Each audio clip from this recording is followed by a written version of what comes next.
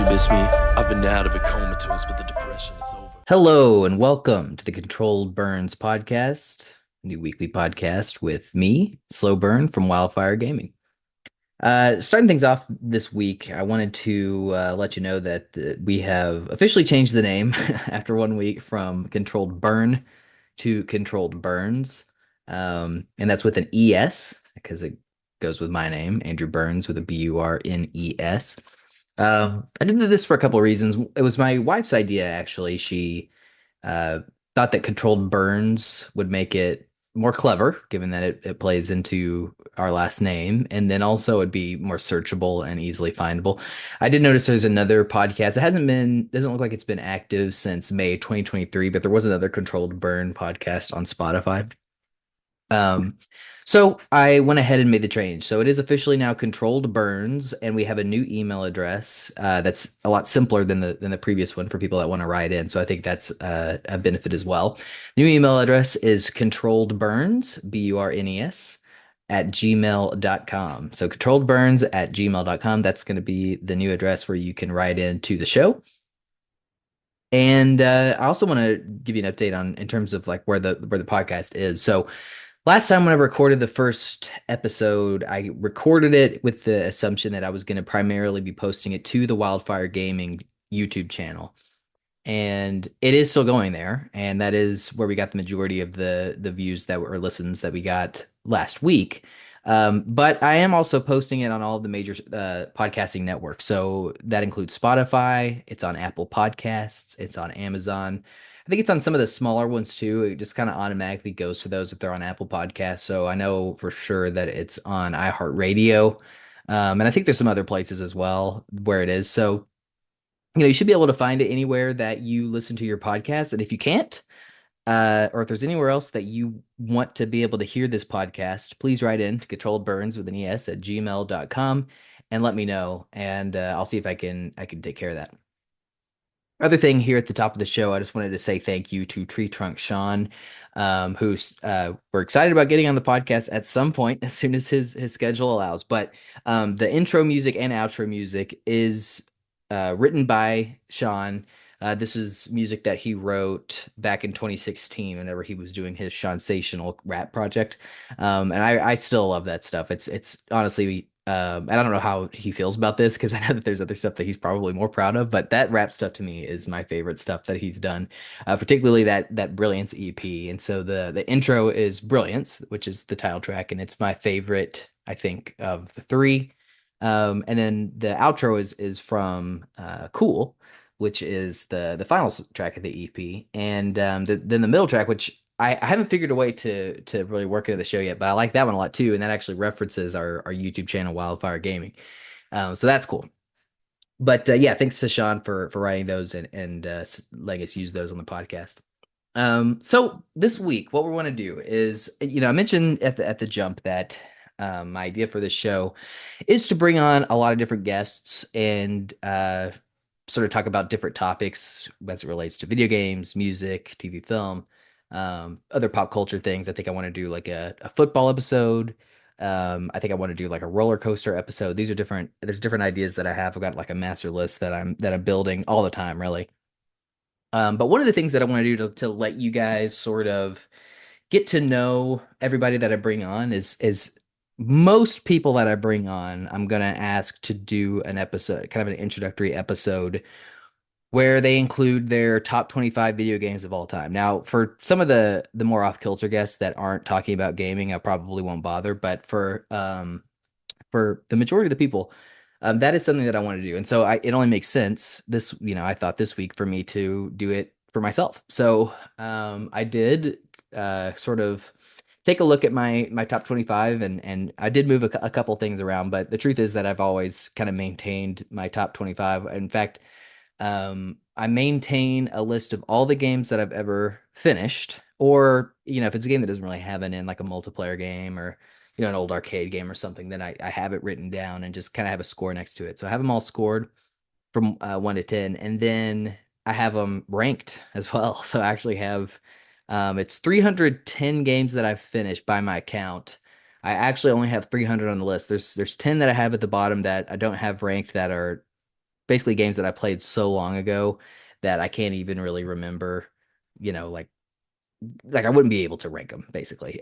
So um I don't have those, but I do have the three, like basically my top 300, but obviously that's way too long to do on one podcast. So what I'm going to do today is I'm going to go through my top 25 favorite video games of all time, the greatest 25 video games as it uh from me, Andrew Burns, SlowBurne.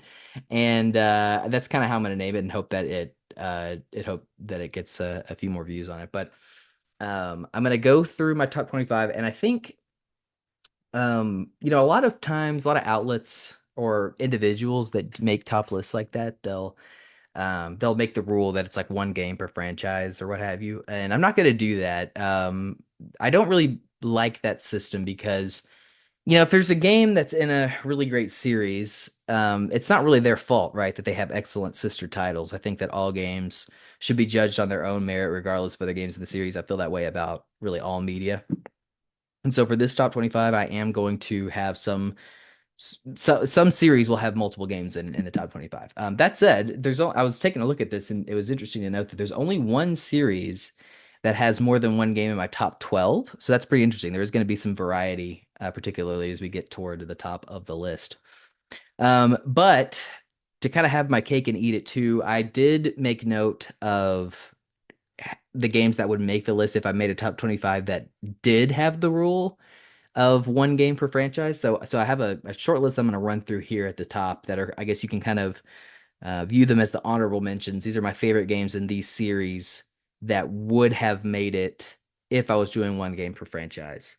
And so quickly here, those are The Elder Scrolls V Skyrim, God of War Ragnarok, Phoenix Wright Ace Attorney, Shadow of the Colossus, Ori and the Blind Forest, Super Mario Galaxy, Halo Reach, and Fire Emblem for the Game Boy Advance. All of those games are in my top 50 of all time, and they would make the cut if I was doing the rule with just one game per franchise. So I just thought that I would include those. If you're a fan of any of those games, I am too.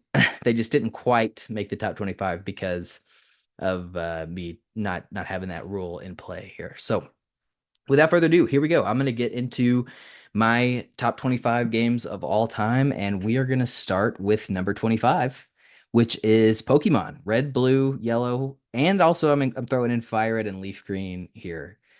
So basically the original Pokemon games, Gen 1. Now Pokemon may be the oldest series that I started as a kid that I still play today.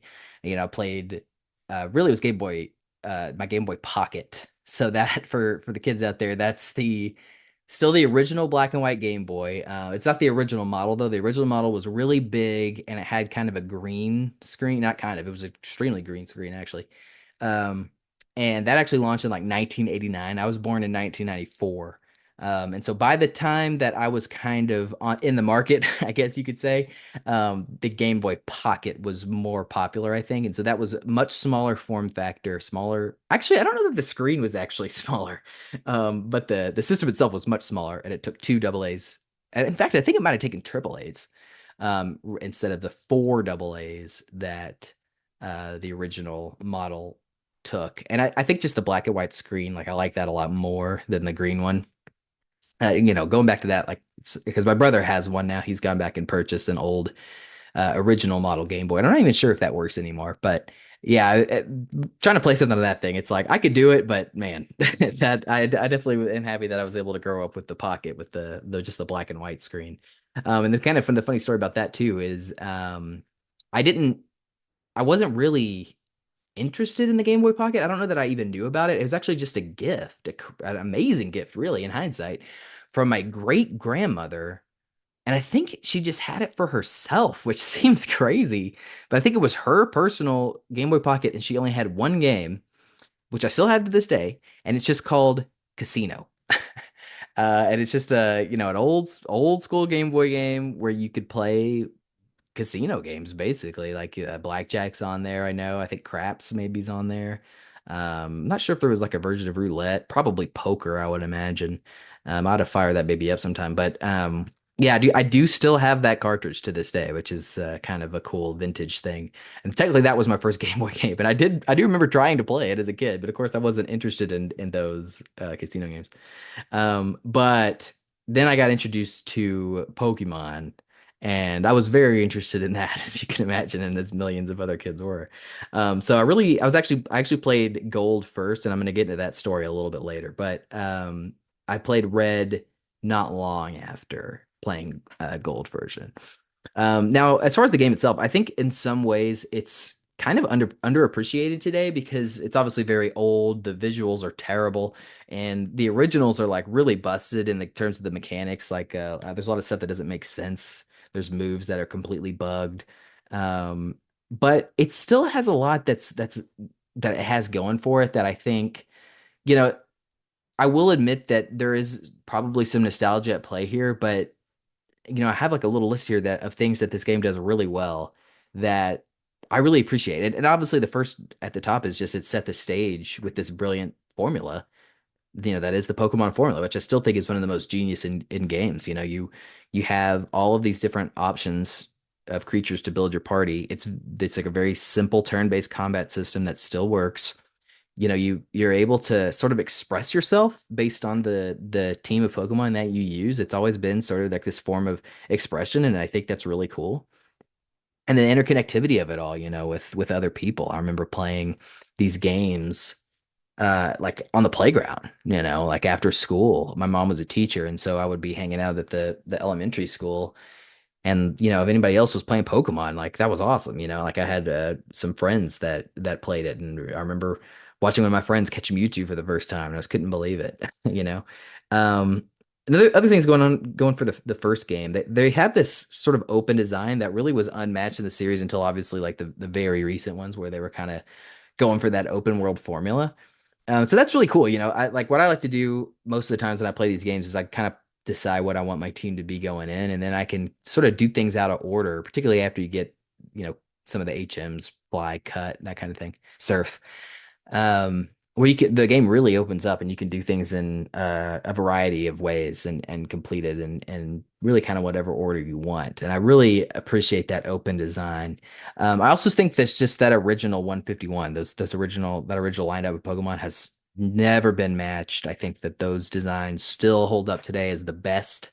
They all kind of have a role and they're all unique. And there's definitely been a lot of Pokemon that have been released since then that are sort of derivative of what we saw in those originals. And I just think, and another thing is those Pokemon are a lot simpler in design than what we see a lot of times from Game Freak today. And I think that kind of simplicity really holds up well.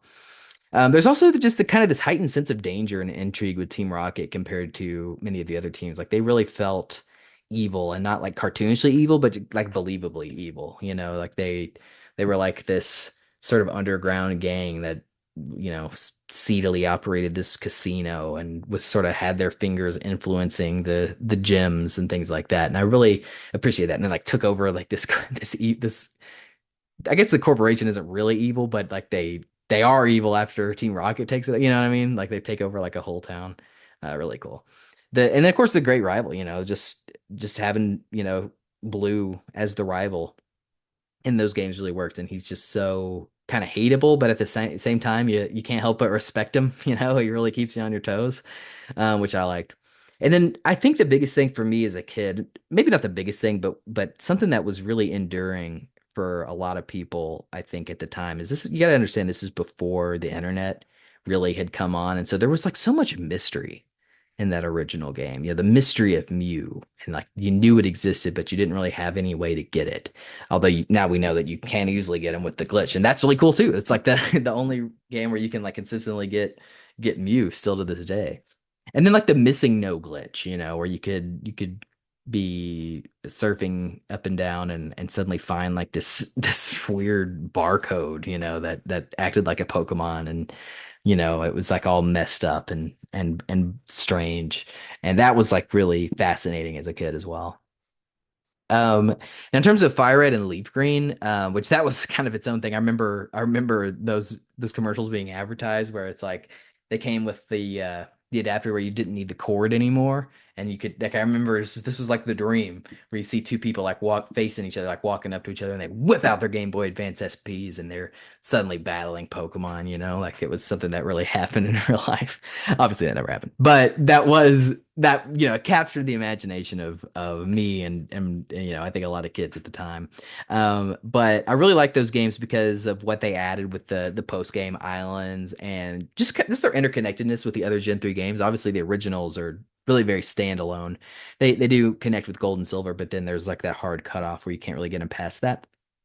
But with Gen 3, you could actually get Pokemon in Gen 3 today, and if I were Leaf Green and get them all the way up to the modern games on the Switch. And I just think that that's really cool.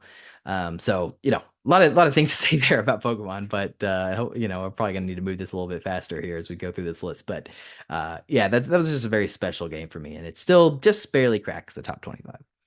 So moving on to number 24, we have Octopath Traveler, the original. So this was an interesting one. This is the game that I had my eyes on as soon as it was announced, even before I had a Switch. I was just captivated by the art style, and I just thought it was so gorgeous. I love JRPGs, and I was really interested in it. And whenever I did finally get my Switch, which I think I bought in 2019, somewhere in 2019. It was the first game that I really dove into, and it's just absolutely perfect for that platform. Just a turn-based RPG where you can play it for minutes at a time, you can play it for hours at a time, and it all totally works. It's kind of like how Pokemon is really perfect for the Game Boy and those handhelds.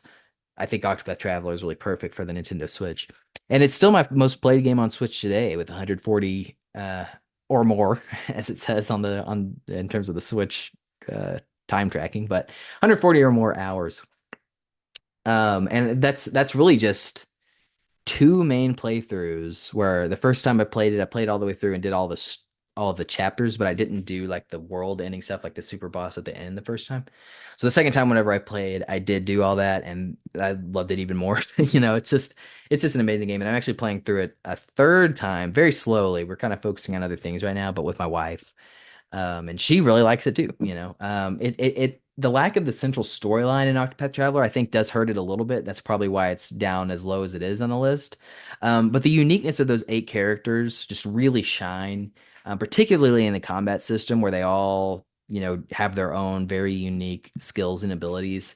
I think that the Octopath Traveler turn-based combat system is probably my favorite in all of turn-based RPGs. There's maybe one other game that has a claim to that we're going to talk about a little bit later. But yeah, I just really love the way combat works in those. And of course, you factor in the job system, and you can really customize the characters in different ways. And there's a lot of strategy and thought that goes into that.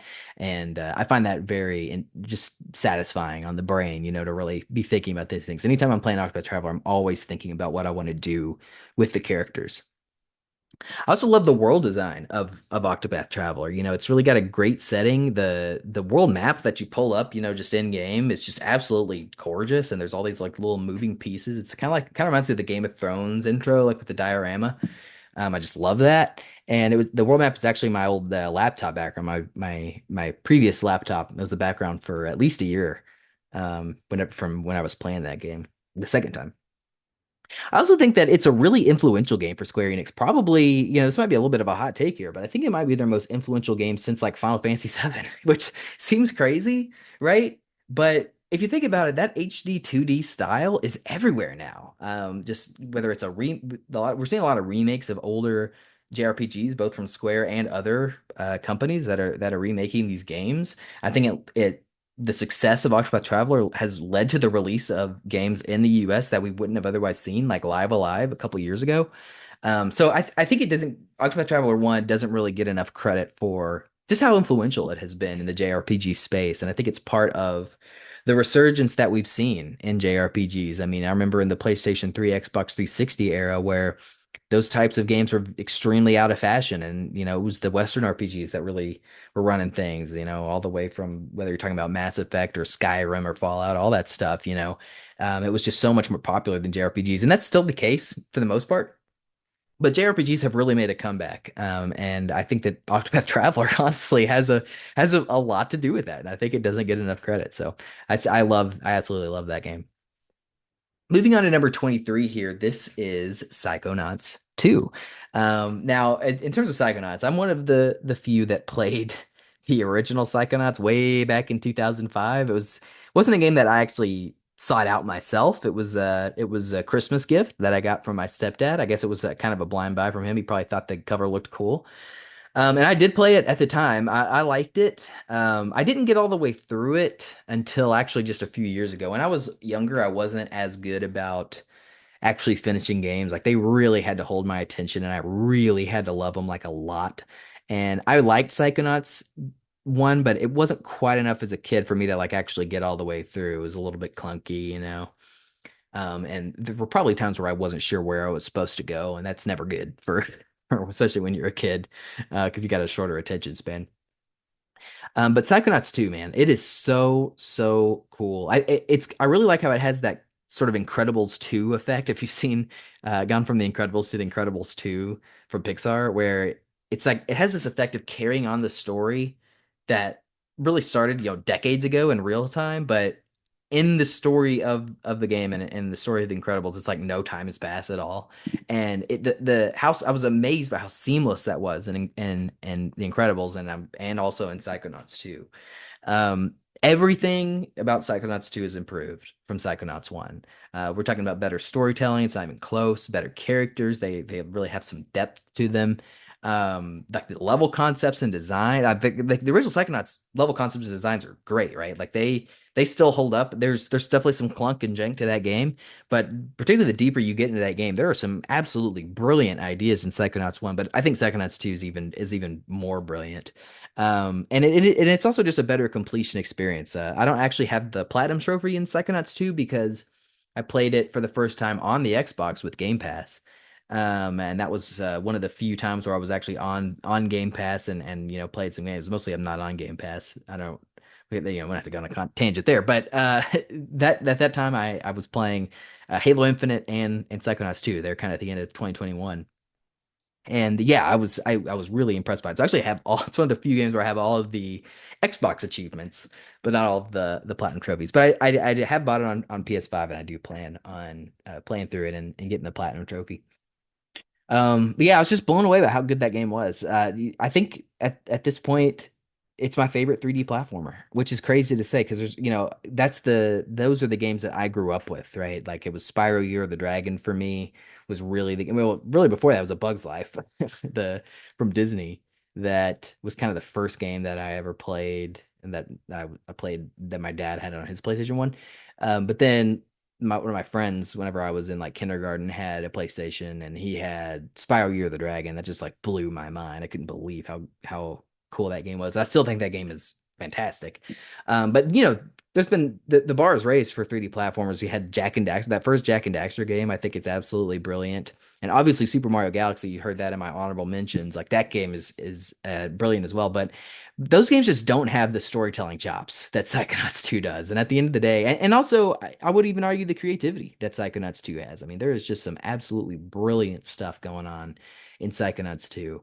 And on top of all this, not so I will say, favorite 3D platformer, easily the best game of 2021. There is no question that that game, in my opinion, should have won Game of the Year. And I don't think it got a lot of credit, which is great. I'm glad to see that. And I think it did pretty well in terms of the bar was pretty low for Double Fine games in terms of commercial success, but I think it is their most commercially successful game, and that's great. But on top of all this, also the greatest video game documentary ever made, Psych Odyssey, was made for this game. And it's like a 32 piece, maybe even 33 at this point, because they did an extra episode documentary that chronicles the creation of that game, like from the beginning all the way back in like 2015 through the game's completion in 2021 and all of the drama and ups and downs that game, a lot of downs that game had along the way. It's just absolutely fascinating sociology and psychology to watch that. I've watched it through all the way twice, once by myself and a second time with my wife, and even she, having never played Psychonauts and actually being turned off by the art style, was absolutely captivated by that documentary. I can't recommend it enough if you are interested at all in how video games are made or just about how people working together interact. Then I cannot recommend Psych Odyssey enough. It's absolutely phenomenal, and that definitely enhances the love that I have for Psychonauts 2. I can't lie, but even before that, I was just really blown away by this game. I love Psychonauts 2. Okay, number 22, we have Final Fantasy 15. Okay, so definitely not the Final Fantasy game that probably a lot of people were expecting. So, this was actually the second Final Fantasy game that I ever played. After Final Fantasy VII, which I played through in 2017. So, Final Fantasy 15 was really new at that time, and I think I played it in 2017 as well. Maybe it was 2018 when I finally got around to it, but it was actually my cousin Brett that played it first, and he was like, "Guys, you got to play this game," and we did. Talking about me and my brother, we both played through it and absolutely loved it. 15, it has a very simple combat system. It's very action heavy, and it's like there's not a whole lot going on. It's kind of a one button combat system in a lot of ways. But it still really worked for me. I really liked the style of it. I liked the blocking. I really love zipping around with those warp strikes. Like that never stopped being satisfying. But beyond that, just traveling around in the open world. Oh, well, I will say in the combat, like I also really liked just setting off the magic nukes, basically is what they were. I got a kick out of that. But yeah, traveling around in the open world, it was just such a unmatched experience. Like it doesn't have the depth of like a Skyrim, right? But it was so atmospheric, and you're traveling with these bros basically, and it really works for me. And I can see how not everybody would be on board for that. It's like nowhere near the best Final Fantasy party, for instance. It doesn't have like the variety and uniqueness that a typical Final Fantasy party does. But for the game that they were trying to make, I do think it really works. And like those scenes that they have together throughout the game are just really well done. The story itself is a little bit convoluted, particularly on the surface. But I found that if you really dive in and you really invest your time with the DLCs, with the added content like Kingsglaive and that Brotherhood anime that they put out, it really sings as like this multimedia experience. And I understand that there's criticisms that can be levied at that. A lot of people don't like that. And I do strongly recommend playing the Royal Edition, not just the original. The first time I played, I just played the original, but the Royal Edition is definitely better. They kind of build out some scenes and stuff that are very, very cool. So I can't recommend that version enough. It's kind of like going from Persona 5 to Persona 5 Royal, I think. I haven't finished that game, or obviously like who has, right? But yeah, my understanding is it's kind of that level of an improved experience. So yeah, overall, I mean, Final Fantasy 15, I think it's an underrated Final Fantasy. I don't think it gets the love it deserves. I really appreciate this series for always doing things a little bit different and taking chances. And every Final Fantasy game, particularly in modern times, is just so different. And Final Fantasy 15 is a big part of that. And I absolutely love that game. Moving on to number 21, we've got Pokemon Gold, Silver, Crystal, Heart Gold, and Soul Silver, basically Pokemon Gen 2. So this was my introduction to the Pokemon games, and I remember the night that it happened. I didn't actually have my Game Boy with me. I was at a Terrell Tigers football game. So I grew up in Leonard, Texas, but Terrell, Texas is about an hour away. That's where my biological dad lived. It's where my grandparents lived. A lot of people in my family lived there. So I would go there every couple weeks at least. And yeah, we were at a football game on a Friday night, and one of my friends from the church that I went to with my dad over there was playing Pokemon Gold. And I was so hooked. He just let me kind of play a little bit on his save, which, I mean, wasn't hurting him, right? I probably just gained his Pokemon some levels. He was just in that opening area. But I was just like, wow, this is awesome. And it was just kind of an eye-opening experience in terms of, okay, so that Game Boy that I have actually could be good for something, right? So it's one of those few games that I look back on that's just like really blew my mind at the time. And it's probably, Spyro Year of the Dragon would be right there with it, but in terms of just the most nostalgic games that exist for me, Pokemon Gold is probably number one. I think the music's a big part of that. It's a huge improvement over the originals. I love video game music. It's really important to me. I love all music, but yeah, video game music I'm just really interested in that in the composition of it, and the way that it's written and how it holds up, over repeated listens. But yeah, just a huge improvement over the original soundtrack. And then just the amount of content that was added to Gold and Silver over the originals is absolutely crazy. I mean, the day-night cycle, the two regions, breeding and genders, held items, I like that the radio station like made everything feel kind of connected, like you were kind of in this living world, like people calling you as well. It's just there was just all these like little touches that they made in addition to all of the kind of significant gameplay additions that just really made that game something special at the time, and still I think even today.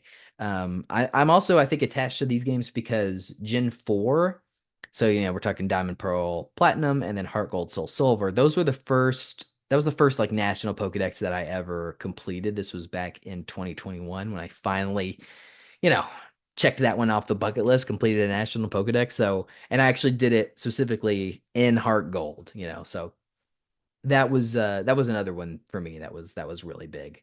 And there's just so much cool stuff in that game. And I think for a lot of people it is kind of the, especially people my age, they really are kind of like the ultimate Pokemon games.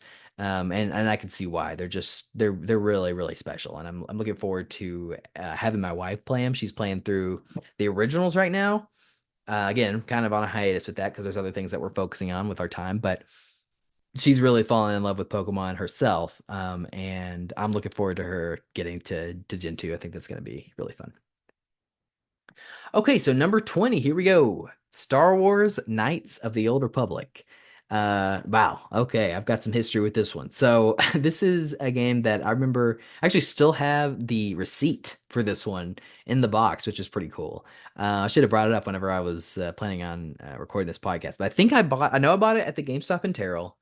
I might have bought it alongside my Xbox actually, which I got. This was in the 360 era when I finally bought an Xbox because I was a PlayStation guy. And I had a PlayStation and a GameCube, and I completed the trio with an Xbox. I think I got it for like $50. It was basically on clearance at that point. They were trying to get that crap out of there so they could have even more room for 360s. It's what it was all about at that time. Yeah, so it's the first Xbox game I really dove into. I played it a bit by myself the first time, and I got as far as Tatooine, and just that, you know, I had my mind blown by several things that happened, and I do want to warn you about spoilers here. I'm gonna have timestamps and where you can skip games if you need to. For most of these games, I'm gonna try not to spoil all the big moments here, but for Knights of the Old Republic, I think it's important to sort of, I think most people know about Knights of the Old Republic's story for one thing, but also I think it's important to really discuss why this game is so good. So yeah, there's your warning there. But yeah, at the beginning, it's just mind blown by the fact that that planet that you're on for the first, it took me I think 7.5 hours or so, Taurus, the first planet that you're on just gets completely wiped out, right?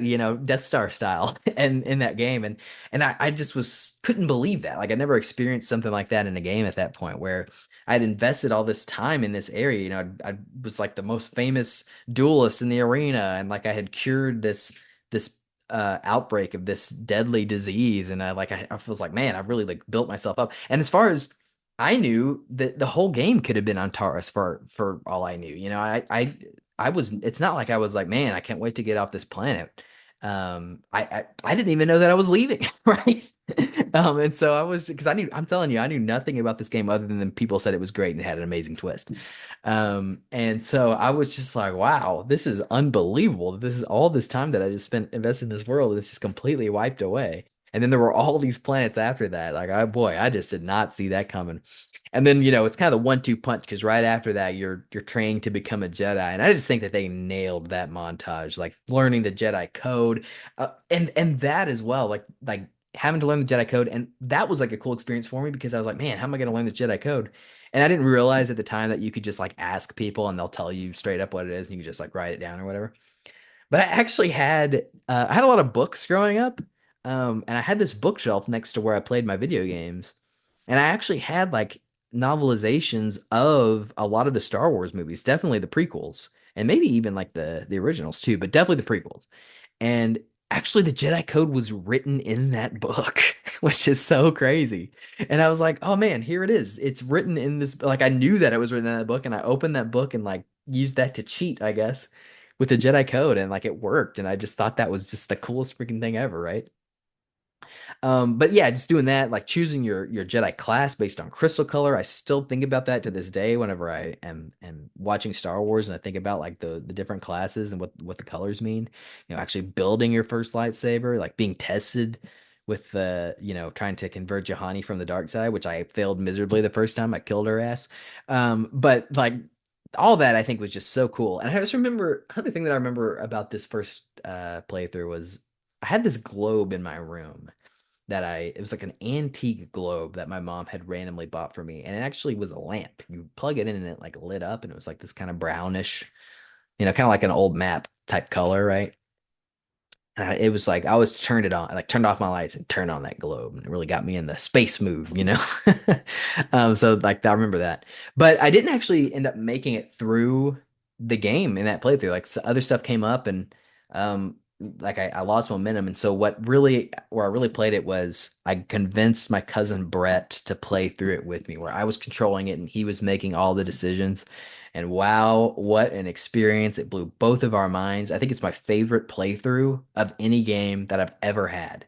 And there were just all these moments that just completely worked for us. We were, gosh, I think I was in high school and Brett would have been in probably late middle school. So we were just like the perfect age to have our minds blown by this story, but like the best little, love connection, the Darth Revan twist. I remember we destroyed like all the entire Sith like academy there with like this great moment where like the two heads are kind of trying to get you to work with both of them and they corner you in this cave and they're like, all right, which one's it gonna be? And we said, neither, I choose me. And we killed them both. Oh man, Brett was just losing his mind. I'll have to have him on the podcast and he can talk about that. But that was an incredible moment. Then the Bastila heel turn where she goes the dark side. That was unbelievable. It felt like such a betrayal, but then we saved her in the end. Gosh, like it just totally worked for us. Like, I think, a lot of these things may kind of sound cliche now, but at that time, man, we were hook, line, and sinker for this story. Absolutely. And then, another thing that makes me attached to this game is when we went on to launch Wildfire Gaming with Tree Trunk Sean, this Star Wars Knights of the Old Republic was our first playthrough on the channel. We played all the way through the game that way as well. And I remember at that time, that if you go back and listen to that first episode, I say at the time that it's my favorite game ever. Obviously that's no longer the case. Here it is at number 20. I've played it a number of times since then. The power has waned a little bit. Like there is some jank in there for sure.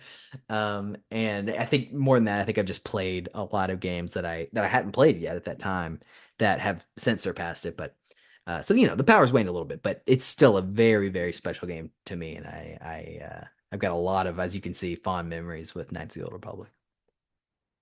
Okay, moving on to number 19 here, we have Elden Ring. So this is one of those games where I really took it in the slow burn fashion, if you will. I started it in February when it released, and then I didn't wrap up that playthrough until mid-November, I think. It was all one playthrough, but I just kind of it was like a giant block of granite and I was just chiseling away at it, doing everything that you can do in that game. I pulled up maps and I was just going to every single point that had something to do. And I got that platinum trophy and it was just an amazing experience. It kind of created like a long-term story arc for a lot of the stuff in the game.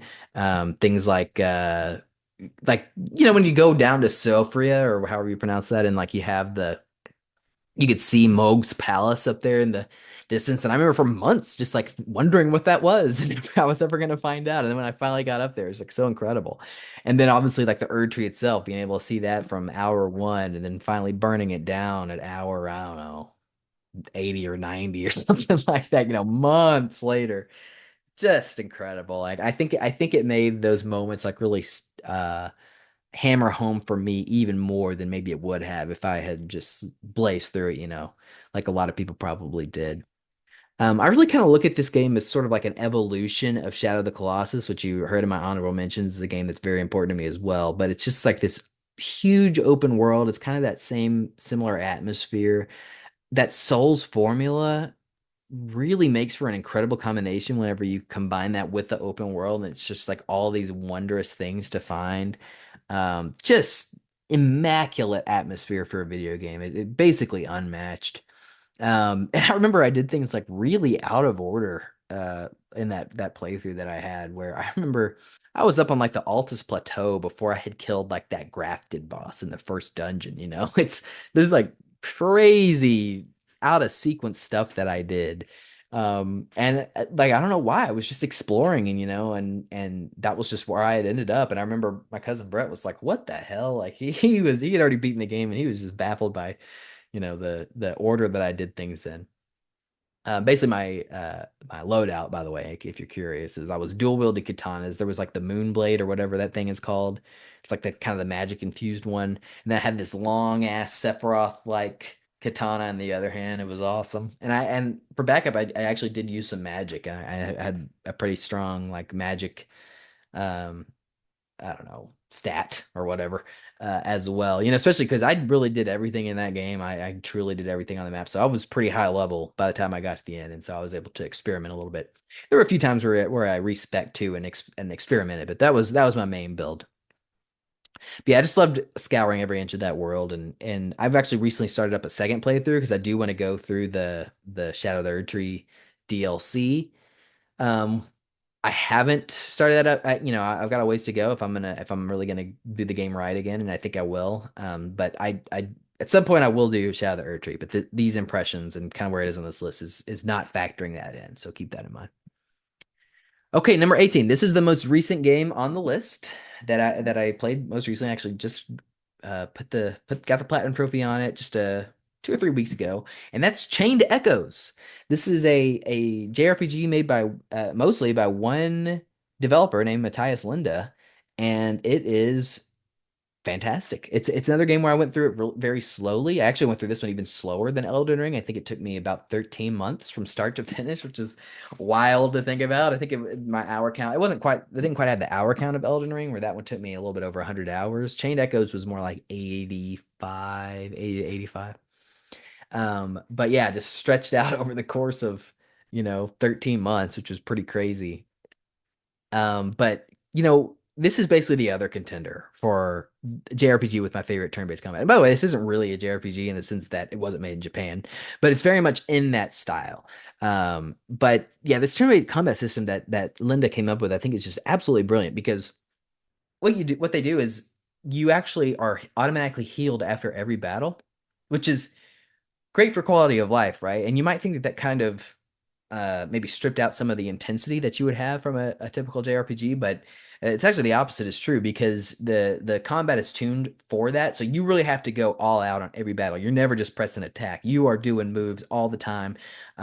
You've really got like 8 characters that you're pulling from at a time as well. Once you get deep in the game, because you have 4 characters that are out there at a time, which is pretty typical for a JRPG, but then they can tag out with their partner, and that does not burn a move for you. So they can tag out and they can still, whoever you bring in can still do a move. So there's like all these tag team combos that you can do. And so, it's really like you're controlling 8 characters at a time. And they're all going all out, and you're always having to heal yourself and do all these, really kind of this balancing act. And then there actually is a literal balancing act or tug of war system that's put in place where you start out battle and there's like this meter at the top, and you start off kind of at the left of the meter, and the more you get hit and the more that you do damage, it moves into it. And so like the majority of the bar is green. You want to get in that green area, but if you go too far, you push it too hard, then you end up in the red. If you're the green, that's like the sweet spot where you're doing more damage and you're taking less damage. But if you get in the red, then it's like the opposite. And you definitely don't want to do that. So there'll be times where you actually like want to defend or kind of slow things down. Or there's like moves that you can do at different times. I don't know how they decided this. It feels pretty random, but like where they'll move your meter to the left instead of the right. So there's like all these things that you're thinking about in every battle. It's just absolutely fantastic. In terms of the storytelling of the game, I will admit it is a little bit convoluted. It does feel like one guy wrote it and maybe could have used a little bit of an editor, which I can relate with. But I will say the characters themselves are really fantastic. Very diverse cast, very large cast, very reminiscent of like the cast of Final Fantasy VI. I think that was probably the single biggest inspiration for this game, just based on my own experience and the similarities that I noticed between the two. But yeah, those characters, they're all completely different. There is like a class system, but it's not anywhere near as pronounced as like the Octopath Traveler class system is. It doesn't really matter a whole lot at the end of the day, quite frankly. But the differences between the characters matters a lot. And I liked experimenting with the characters. It's not one of those games where it punishes you for using different characters. They all kind of level up together. So that's not a problem. So it just really encourages experimentation, and boy, did I ever experiment with that game and like really think about it. I think that's part of the reason it took me so long is I was just always thinking about and tinkering these characters. It's just such a great game. Can't recommend Chained Echoes enough. If you like games like this, then I really recommend it. In addition to Octopath Traveler 1, right? But Chained Echoes, it really has what Octopath Traveler doesn't, which is that central narrative. Just, kind of like the classic JRPGs of old and the Final Fantasies. So really loved Chained Echoes. Give it a shot. Okay, number 17 here. Pretty famous series. It is The Legend of Zelda, drumroll, Twilight Princess. So this is one of the first games I can remember really being excited for before it released, in the preview cycle, right? I remember reading about it in a cover story from Game Informer. I could not believe how good it looked in the screenshots, which is funny to think about now. If you go back and play the original version, the visuals, I mean, I still find beauty in them, but yeah, they don't particularly hold up. But at the time, man, they really looked great to me, particularly for compared to what you'd seen in the past with Nintendo games and past Zelda games. Like, just really loved it. And then also the controls, the Wii version. That was the only version I ever played was the Wii version. And those controls were mind blowing at the time. Using the Wiimote to aim the arrows and like you'd pull back the drawstring, you'd hear it, in the little speaker that was on the Wiimote, which sounds like crap, but at the time it was really cool. So stuff like that, like was just mind blowing at the time, and like swinging the sword just felt so good. In 2006, very very reminiscent of it, or very very much a product of its time. But I do think that those motion controls in some ways really kind of hold up today, and they still feel unique, and I think they contribute to why I feel it has the best combat system of the series, with more depth than really any of the other Zelda games, and maybe even including the new ones, Breath of the Wild and Tears of the Kingdom. Just you have so many different moves in your arsenal, particularly the deeper you get in, because you get more and more advanced moves that you can do, and they really come in handy. I found like I really liked utilizing all the different moves that you had at your disposal and all the different tools that you had as well, and just having the motion controls. Like it's not like Skyward Sword where the motion you have to be kind of more precise with the motion controls. It really doesn't require precision when it comes to swinging the sword and stuff, and I like that better. I think I like the motion controls of Skyward Sword as well for the most part, but there are times where you're doing stuff and it just isn't quite working like you want it to. But Twilight Princess, I never really had that problem. I do think, like I mentioned earlier, I think this game is very much a product of its time. It has that darker aesthetic and storyline, that's very reminiscent of the mid 2000s. I do think there was a lot of inspiration from the Lord of the Rings films on this game. That you can really it kind of has that similar tone and atmosphere, and I just absolutely loved that. It totally worked for me at the time, and I still love it today. Didn't finish the game as a kid, even though that's kind of a recurring theme, right? It was way too long and involved for me to finish whenever it came out. I was like 12. Um, but it did end up being the second Zelda game I ever finished. The first one I ever finished actually was the original, believe it or not. I had the collector's edition on the GameCube that had Zelda 1, Zelda 2, Ocarina of Time, and Majora's Mask. And the first Zelda game was the first one I ever beat because it was listed as number one on Game Informer's 200 greatest games of all time. And I took their word as gospel at that time and was like, well, this must be the greatest game of all time. I got to play it. It's not, but it is a really great game as well in its own right, particularly for its time. But Twilight Princess, obviously, kept going from the first game to that. It was pretty mind blowing. And it was another game where I took the slow burn approach and took me a long time to get through it, about a year to beat that game the first time. But man, it really held up. And I think the second time I played through it, so. This is something that I'll talk about on another episode. I'll really go in depth here, but I did embark on a quest to beat every game in the Legend of Zelda series, and I have done all the mainline titles, with the exception of I'm still working through Tears of the Kingdom, and then obviously now we've got Echoes of Wisdom coming in, and I'll have to play that too. But in terms of all the other games of the series, I'm not counting like Four Swords and Twilight, or what is it? It's Triforce Heroes, right, on 3DS. I haven't played those, but all the single player mainline Zelda games, I've done them all.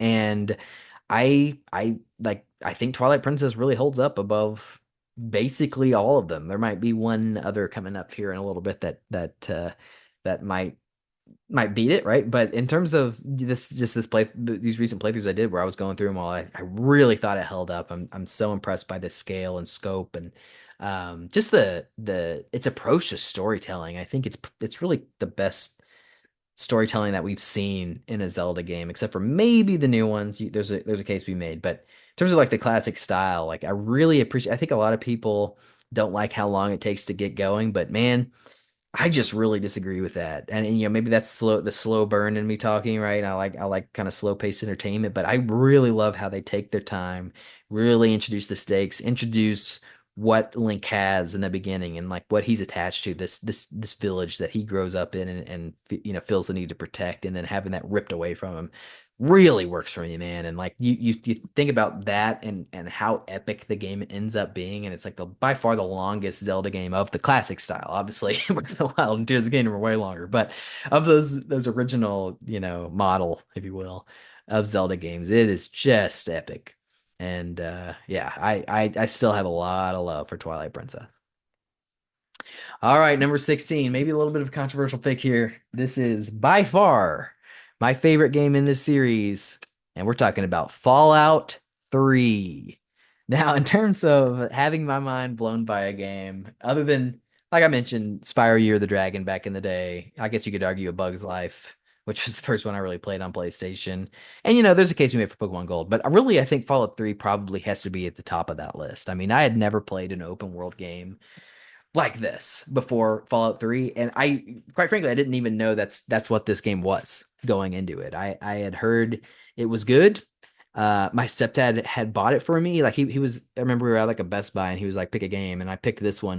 And even though I wasn't really supposed to have it yet because my mom was really strict about the kinds of games that I could play, um he bought it for me, and it's not like I played it right away either. It was like there was one day where I was kind of waiting. I'd already packed up and we were getting ready to go to my grandparents' house, and my mom was taking longer than I expected to get ready, and so I was just kind of killing some time. And I was like, well, there's this Fallout game. I'll flip it on and see what it's all about. And I think I just got through like the opening vault sequence in that first little session.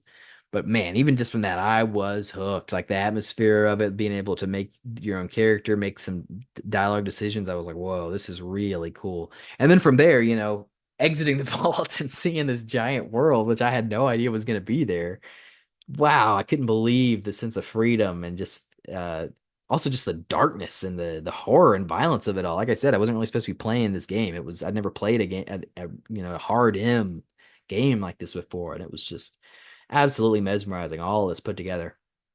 And then beyond that, I had the Game of the Year edition, which has all the DLC on it. And, I didn't even have any concept of what DLC was. I didn't have like Wi-Fi in my home when I bought this game.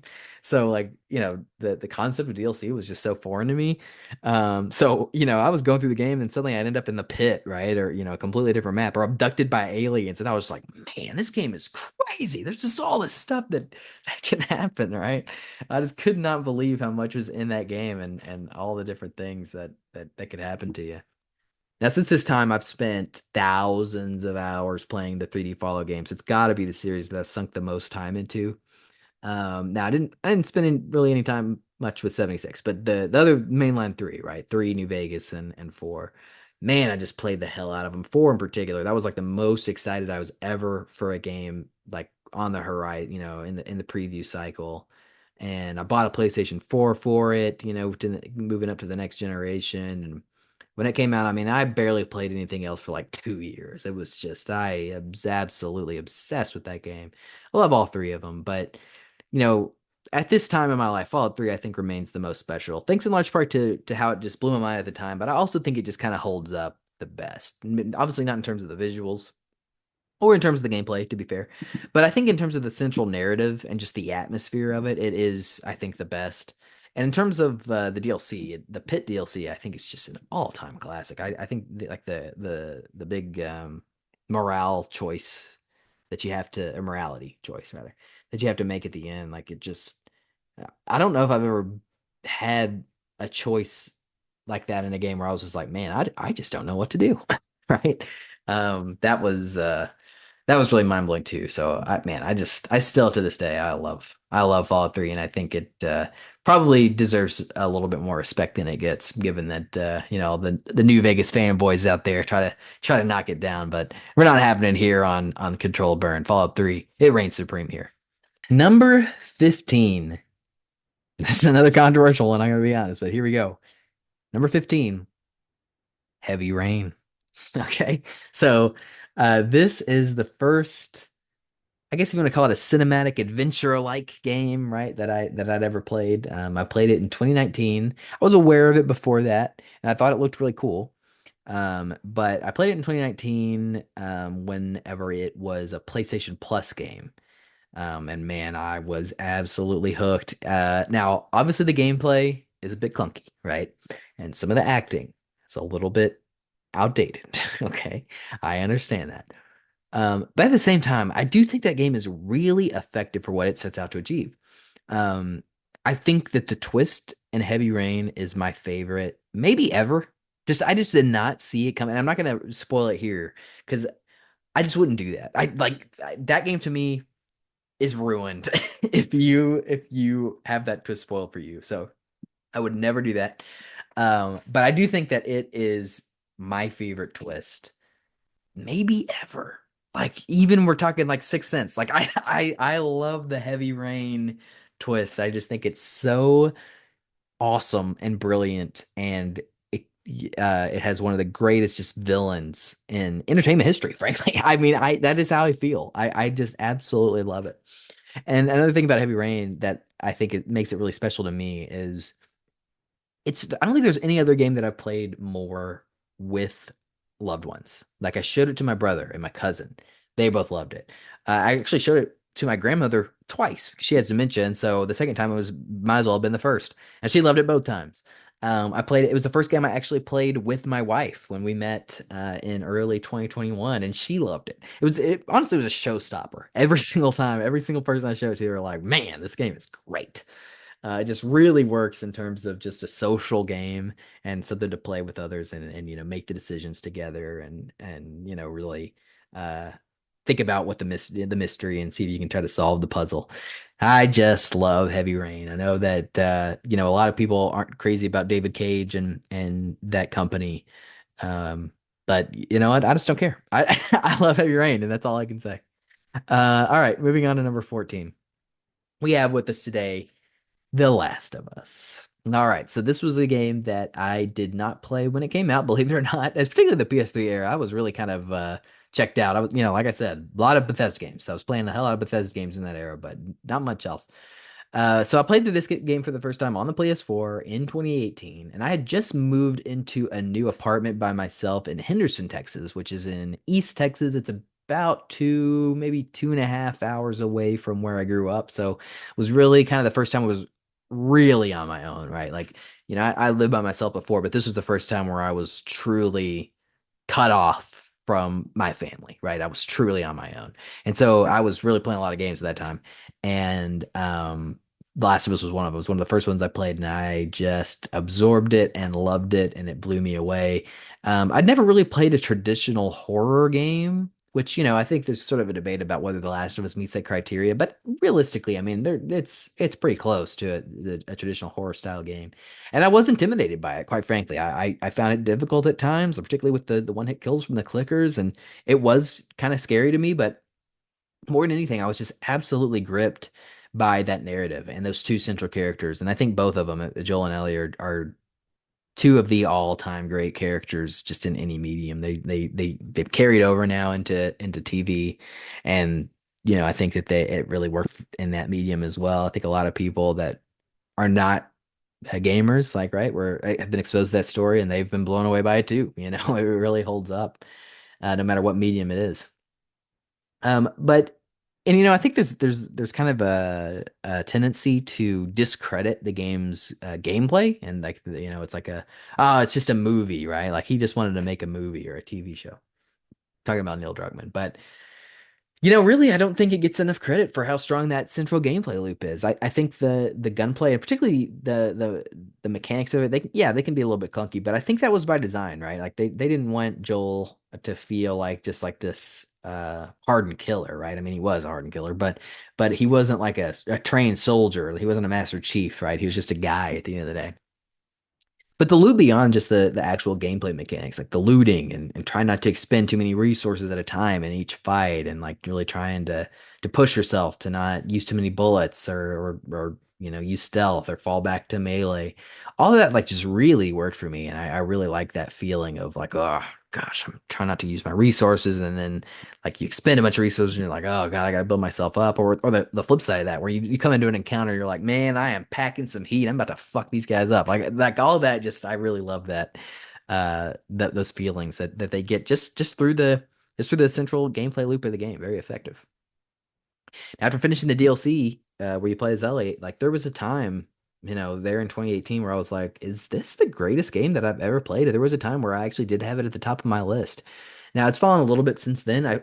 I'll be honest, I probably overplayed The Last of Us One a little bit. Like I've played it a lot, and shown it to a lot of people as well. And like I said, there's other games that I've played since then that I think kind of surpass it, but still a very special game and certainly just absolutely brilliant swan song for the PlayStation 3. Number 13 is another Final Fantasy game. This is Final Fantasy VI. So I had high expectations going into Final Fantasy VI after playing 7. That was the first game I played, and 15 was the second. So I think 6 was probably the third one that I played.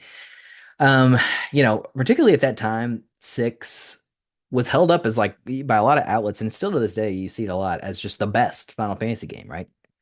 And there are certainly things that it does better than any other Final Fantasy game. There's an argument to be made that it has the best cast. I might disagree with that slightly. We'll talk about that a little bit later, but it is impressive given how many characters there are, and the quality bar for that cast is really through the roof and really impressive.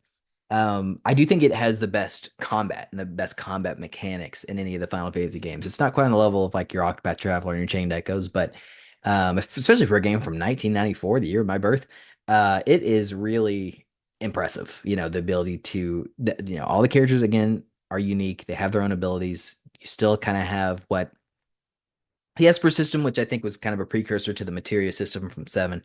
And so like you put those two things together and it really sings, man. And then really I would argue some of the best moments in any Final Fantasy game or any video game ever. There's a couple in particular with the opera scene and then, kind of the middle game twist, if you will. Both just absolutely showstoppers that really hold up today. And then my first playthrough of this game was with my brother, and that was special. But the second playthrough by myself which was I did right as the pandemic started. I was kind of on a Final Fantasy kick, getting ready to play 7 Remake, which was coming out in March 2020. So it was right as the pandemic was starting, but yeah, that second playthrough was just me by myself, and I was really like absorbing that game and everything it had to offer. Really made me love it even more. I've played it a couple times since then and haven't loved it. Hasn't hit quite the same high it did for me when I played it that second time. I some of the more data design elements have kind of they bug me a little bit more now than they did maybe then. Like there's a lot of random encounters that there's really nothing you can do about. Like you got to just grunt through them, and it's not so much the random encounters. Like I can deal with random encounters. I don't really hate that as much as some people do, but the amount of random encounters where it's just the same enemies over and over and over again, it does get a little bit monotonous. And then there's like some late game puzzle stuff that I'm not crazy about, and like you got to climb this tower. That's a huge pain in the ass. Stuff like that. That holds it back a little bit. But in terms of like when it was released, which I don't think there's any question when that game came out, it was the best game ever made in the year of our Lord 1994. And I still think it holds up remarkably well today. Number 12, a game that I think kind of had some similarities with Final Fantasy VI. We're talking about Mass Effect 2. So in the lead up to starting the Mass Effect series, I kind of considered it up there as maybe my biggest like series I hadn't played that I really should, right? And this is 2018, 18 or 19. I think it's probably 2019 when I finally got around to Mass Effect 1. By the way, now I think that that probably belongs to Metal Gear Solid. That's probably my biggest missing series that I haven't played any of. But I digress.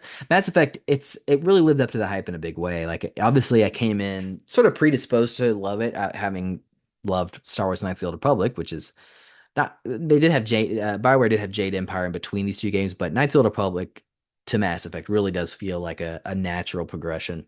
You know, but Mass Effect 2, I mean, I think it just blows away the first one in basically every way. And I think most people agree with me on that one. Just an incredible cast. It kind of does the Final Fantasy VI thing where there's a large cast and the quality bar across it is just unbelievable.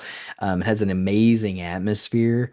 Just that sci-fi setting, like it's really never been done better in games. The structure of it is fantastic, where you're just going on these individual quests with these that are important to these different characters. Well, first you got to recruit them, then you got to go on like their personal quest, right? And every single one of them is like a showstopper. It's really very episodic in nature and just really plays well. And then the DLC that they added, I mean, all the stuff that they added through DLC were really great. Like the Shadow Broker stuff, like that. I was really surprised by that stuff. And the one with like the twisted thing where the brother was like operating on his other brother, and you kind of there's like a web of lies going on there that you uncover. That's like, man, like that's really cool too. It's just basically everything that game sets out to do, other than planet scanning, which is not great. But everything else, man, Mass Effect 2 is just phenomenal. And really just the whole series. I see a lot of times when people put a Mass Effect game on their list, like they'll just lump the whole series together, which I don't want to do here because I mean they are individual games. There were years separating them when they came out. But the whole series is indeed brilliant for how they just build off one another. There was a time when I would have actually put Mass Effect 3 even above Mass Effect 2, but in subsequent playthroughs of like the series, I really don't think there's any question that 2 reigns supreme. So here it is at number 12 on this list. Number 11. Boy, am I excited to talk about this one. This is my favorite game in this series, the peak of this series, in my opinion. And I never see anyone else that agrees with me.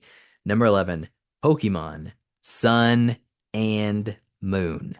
One of the most underrated games of all time. Now, I remember when this game was coming out, and my brother actually was super hyped for it. Like he was absorbing all the videos, and they were doing a lot of promotional preview coverage on like the PlayStation, or I'm sorry, the Pokemon YouTube channel and stuff. And he was really absorbing all of that. But for me, I wasn't like I was excited for it, but I wasn't just like hyped, like he was.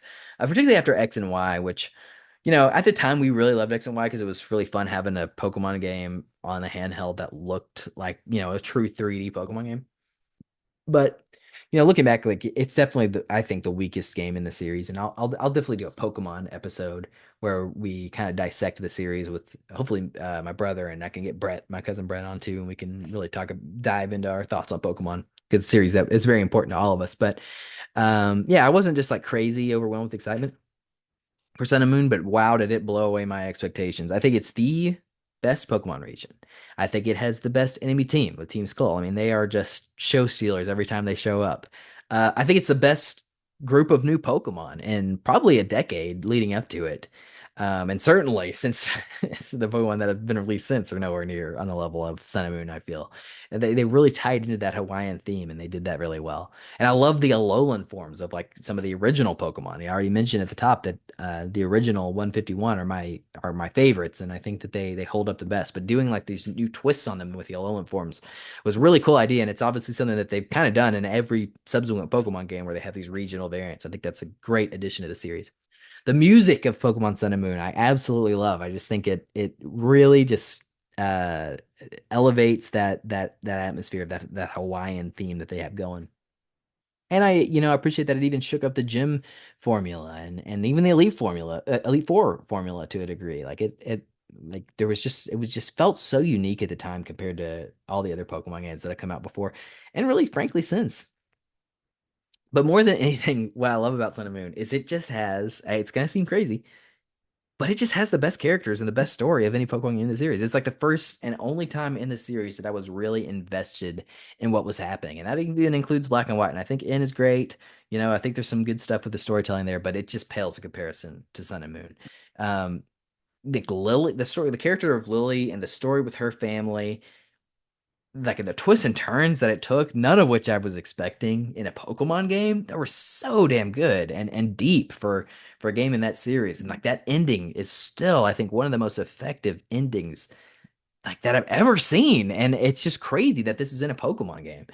When me and Brandon and Brett played it, like it started with just me and Brandon, right? So I mentioned that Brandon was like super hyped for it. I remember we were playing it on launch day at my grandparents' house. Brett came over. He was like, "Come on, man, I'm not interested in playing this new Pokemon game." And boy, it didn't take long. It was maybe a couple hours past, and he was like, "All right, take me to GameStop. Let's go." He had to get it for himself, and he ended up beating it first. But I remember doing a big marathon session the night that I finished it, and like I don't know how many hours I spent playing it that night, but it was a lot, like 7 at least. Man, it was just so great. Everything I've seen from the series since Sun and Moon has really let me down, to be honest. And I understand that I'm not the target audience anymore, but I wasn't really the target audience for Sun and Moon either, and they really hit it out of the park. And it's really frustrating to me to see. I think that game gets a lot of criticism for, oh, this game's got too much text. I just want to catch Pokemon, and I think there's just kind of it's the developers were really experimenting and doing something new, and I just don't know that it was as well received as it should have been, which is a huge shame. But Sun and Moon is always going to be special to me, and I wish it got the respect it deserved.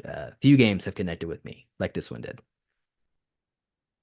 All right, here we go. Getting into the top 10 now. The big ones that are coming out to play, and we're starting here in a big way with The Witcher 3 Wild Hunt. So, The Witcher 3 came into my life when I had spent, like I mentioned earlier, a solid like 2 years playing little else than Fallout 4. And there was obviously the Wildfire gaming was going on at that point. So there was whatever I was playing for the channel. But outside of that, that was basically all I was doing. So I was ready for something new, and I bought The Witcher 3. It was kind of a blind buy in the Terrell GameStop. I'd heard that it was really good. I'd seen actually they were playing ads for it like in the TVs in the building, and it just looked really great. And I was like, you know what, let's try it. I'm gonna pick it up. It's another game that really blew me away. This time it wasn't the world or like even how good everything looked, which those were great, but it was really the quality. That's just like the quality bar for this game, considering how long it is, right? It took me well over 100 hours to get through all the content in The Witcher 3, counting the DLCs. And the quality bar was just unbelievable. Like every side quest had like a narrative twist or something unique to it that was memorable. And I still don't think that any game that I've ever played out of the 300 plus that I've played has ever done this better. It's just incredible what they were able to do with The Witcher 3 and that quality bar. I mentioned earlier that I had the DLC, so Hearts of Stone and Blood and Wine. They may be the two greatest DLCs ever. It was crazy how good those were. Like the quality bar, maybe not so much for Blood and Wine, which I loved, but I don't know that it was quite as good as the main game. But Hearts of Stone, man, like that thing was just unbelievable. Like the quality bar raised from the base game, which is already off the charts, into Hearts of Stone. It's just amazing. And then of course, everybody loves Gwent in The Witcher 3, and I was right there with them. I mean, I love a good card game, and Gwent is one of the best. It was so awesome, incredibly addicting, and just like to have that packed in the game as well. It was like two games in one, basically. It's incredible. Now I really only played the game through once, and it's been it was 2017 when I played through it, and so we're coming up on 8 years. I guess it's more like it's 7 right now, but since I played it and I played it all the way through, and I really want to get through it again, and I have started it a couple times, but it's a marathon, man. Like you really got to put the time in if you're going to play all the way through that game, and I just have not done that since I played it the first time. But what's interesting is I have really gotten into the rest of the series, just The Witcher, since playing The Witcher 3. I played The Witcher 2 next, I think was the next thing I did. Didn't really care for it. To be honest, it is a far cry from the quality bar of The Witcher 3. That combat system is rough. But I there was stuff to like about The Witcher 2, certainly. I watched the first 2 seasons of the show and liked it. Then I read all the books and I really liked them, and that really turned me against the show. And I actually haven't gone back to it since then. I haven't watched season three, and now I know Henry Cavill's leaving, and he's kind of like me. He's like a huge, he basically the same trajectory I did, where he played The Witcher 3 first, loved it, then went back and read the books, loved them, and then now he's seen what the show's doing with it, which is just a hot bunch of load of hot garbage that they're just making up, and it's terrible, frankly. But so yeah, he left the series, and honestly, good for him, man. Like he wanted that role so bad and they ruined it for him and he was like, you know what? Fuck this. I'm not gonna sit here and take this. So he didn't. So good on him. But yeah, I'm actually now reading the books a second time to my wife. She loves it when I read to her, and she can probably talk about that on a later episode. But after we finish the books, we've still got a ways to go. We've done both of the short story collections, and we did the side, what I call the side quest book, which is Season Storm. So we've got like the five main books left, and we're in the middle of the first one. Once we finish those books, we plan on playing through all the games, and so that'll be finally I'll be able to get through The Witcher 3. At that point, I'll be able to import my choices that I'm making in The Witcher 2. Maybe one. I don't really know how that works. I've never played that one still to this day. But it's going to be really interesting to see where The Witcher 3 lands for me after all of that. Now that I'm so invested in the series, it very well could go up. But for now, number 10, just an amazing game. No question about it. And then number nine really feels like kind of a sister game for The Witcher 3. You see it mentioned in the same breath a lot, and I think that is because they do have a lot of similarities, even though they obviously have a lot of differences as well. And that's Red Dead Redemption 2. They're both right similarly epic open world games with phenomenal storytelling. I mean, there's obviously they have that uniting them. I think The Witcher takes it when you do a side by side comparison. Like The Witcher takes it for the quality of the side content, no question, and probably even its atmosphere and fantasy setting. I think I like that a little bit more. But when it comes to storytelling and characters, you got to give it to Red Dead Redemption 2. I mean, this game is amazing on that front. One of the all-time greats. It's right there with The Last of Us. I played this game on opening night. This was one of the, maybe even the last midnight release that I ever bought from GameStop. This is again when I was living by myself in Henderson. I was working as a sports reporter at that time, so I had to cover a football game for work. And then I went right home from that and started this baby up. And I don't think I did a single other thing that weekend, or probably for many weekends to come. It was amazing. So many magical memories with this game. I think about taming the white Arabian horse, which that's not even a quest, it's just something that you can do. It's a unique horse in the game that's like so awesome. I love that. The long walk up to Braithwaite Manor, who can forget that? Just the long arc of the fall of Dutch Vanderland and obviously the fate of Arthur Morgan, who really just may be the single greatest protagonist like ever. I mean, he's just that damn good. It's just all that, and many more and much more. Like that game's just got it all, man. Yeah, I remember playing this one with my grandmother, and she loved that Unshaken scene, right, where he's riding the horse to Unshaken by D'Angelo. And it is classic. I mean, obviously they was replicating the riding in the Mexico scene from the first Red Dead, but I think done even better. Just awesome, awesome moments. One day I do, as you know, I'm a trophy hunter, and I hope one day to get the platinum trophy in that game. But boy, is it a mountain to climb! It is one of the toughest. You look at it, it's 0.1%, and you can see why. You got to get 70 gold medals in the missions. You got to like uh investigate. I don't know what the word is that they use, but basically investigate and skin all of the major animals in the game, which is crazy. Get 100% completion with all the stuff that you could do in the open world. It is a beast, but man, even if I never climb that mountain, Red Dead Redemption 2 is a really special game. Moving on now to number 8, and I think this is technically the newest game on the list. It's not the one that I finished the most recently, although it was very recent. But it is, I think, technically the newest. This is a game that was released in 2023, the best game of 2023, I would argue. Octopath Traveler 2. So this was interesting in that I played it in tandem with Chained Echoes throughout the last year. I was kind of had both of them going on at the same time. And as much as I love Chained Echoes and Octopath Traveler 1, I could not believe how much I loved Octopath Traveler 2. I think it is the best JRPG of at least the last 2 decades, maybe even the last 25 years. Everything that I loved about the first game is just dramatically improved. Characters and stories are so much better. It is not even close. The combat and job system is expanded and refined. and it's just even better than it was in the first game. And I gotta say this, I think it might have the best video game soundtrack ever. Like it is certainly up there. Just every single song is of such high quality, and there's so much music in this game. It's ridiculous that it didn't even get a nomination at the Game Awards last year for best soundtrack. 'Cause it tells you all you need to know about that sham of a organization. But man, Octopath Traveler 2. I'm actually still trying to beat they added like these four extra battles for the post game. So I've got the platinum trophy, but then they added these extra battles, and the first two are just fighting the original Octopath Travelers from the first game. That was insanely tough. I had to look up strategies to like beat all of them. But I took those down. I took down the third battle, which is like a harder version of the first phase of the final boss. And now I'm doing the harder version of the second phase of the final boss, and I'm running into some issues. It is tough. I've actually been grinding up a little bit for it. But it is a little bit frustrating in a sense, like to have like this one last thing in this game that I love so much that I haven't yet completed. But at the same time, it's like kept me in the world and like still tinkering with the game, and so I can appreciate it for that. I cannot recommend Octopath Traveler 2 enough to anyone who has ever fallen in love with a JRPG. If you have ever loved a JRPG, you got to play Octopath Traveler 2.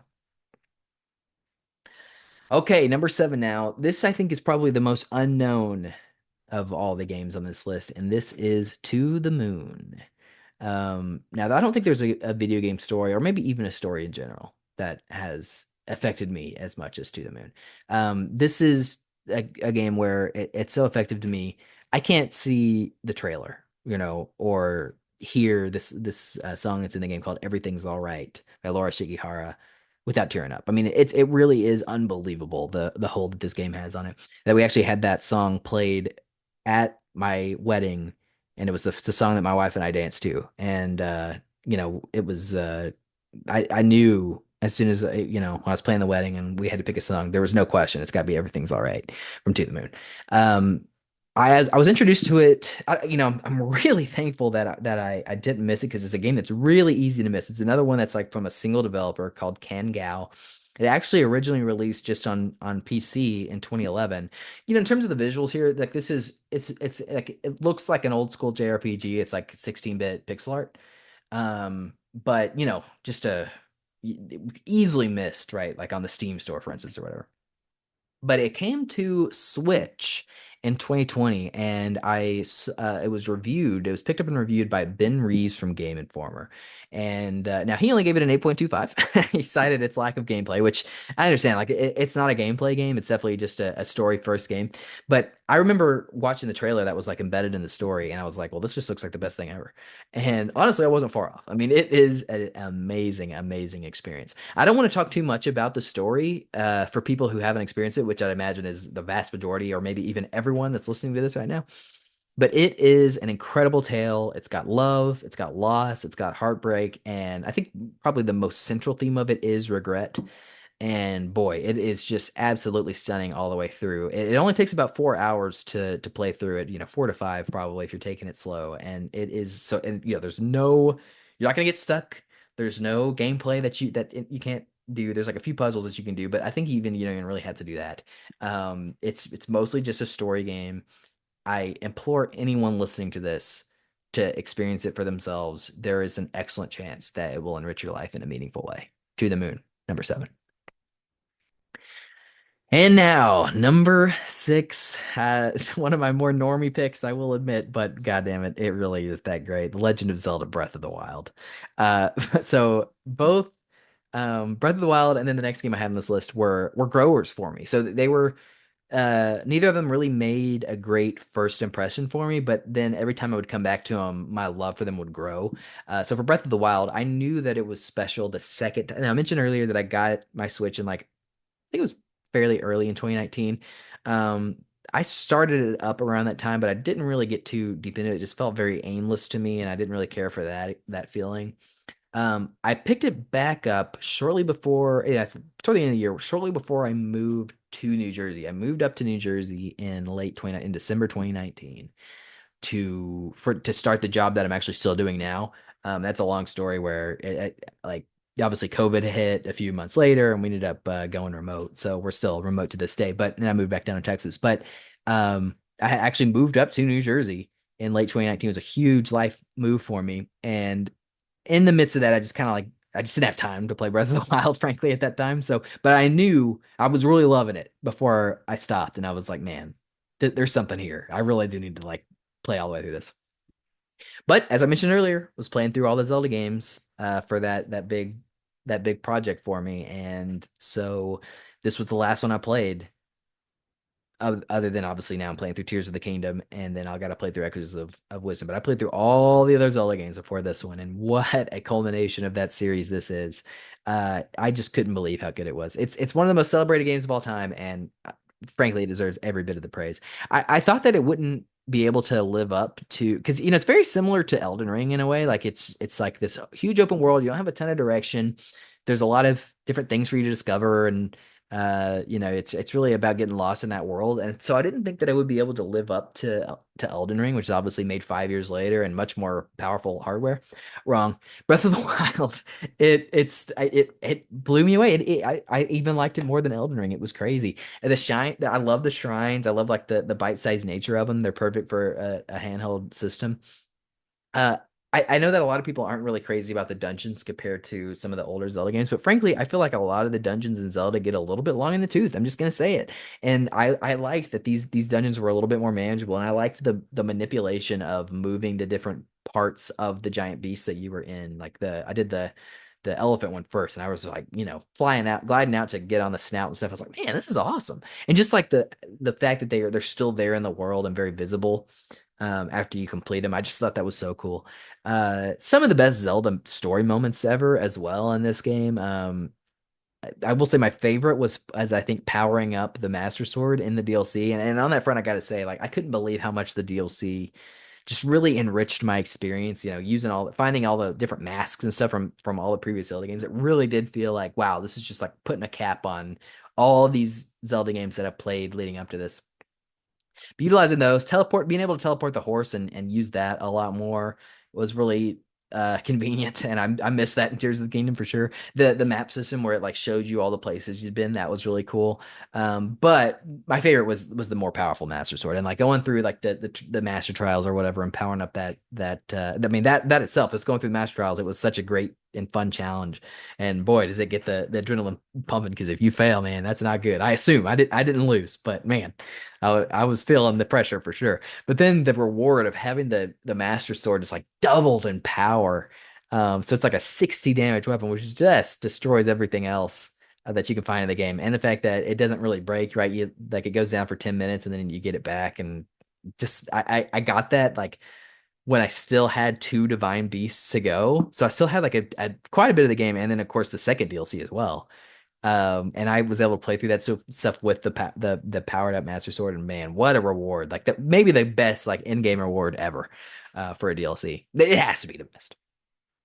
But in terms of the storytelling, I really surprisingly really liked that too. And that's really no small feat considering how bad Zelda's voice actress is. I'm sorry, I gotta say it. Like boy, not the casting that I would have gone with there, but in terms of the just like the moments that happened through the flashbacks, I thought they were really effective. Um, but more than anything, I think what makes Breath of the Wild special is really what everybody says, and it's just that huge open world. I don't think I've ever, especially having played all the other Zelda games leading up to this, like I don't think I've ever felt that attached to an open world ever in a video game, right? And so, it just really nailed that feeling, and I gotta say, it got me. It got me. I did not expect it. I did not expect to love Breath of the Wild as much as I did, but boy, did it get me hook, line, and sinker on that one. And now number five, into the top five, we have Bloodborne. Now, I heard about how legendary this game was upon release, but it didn't get my hands on it again until a few years after it came out. This was March 2018. I remember it well because it's my birthday month.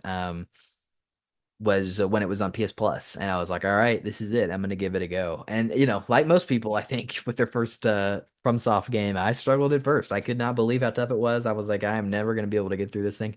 But I remember there was like a really memorable night. This was after I moved back from Henderson. So this is 20 no, this is before I moved to Henderson. Okay, yeah. So this is like early 2018. I'm getting ready to move to Henderson.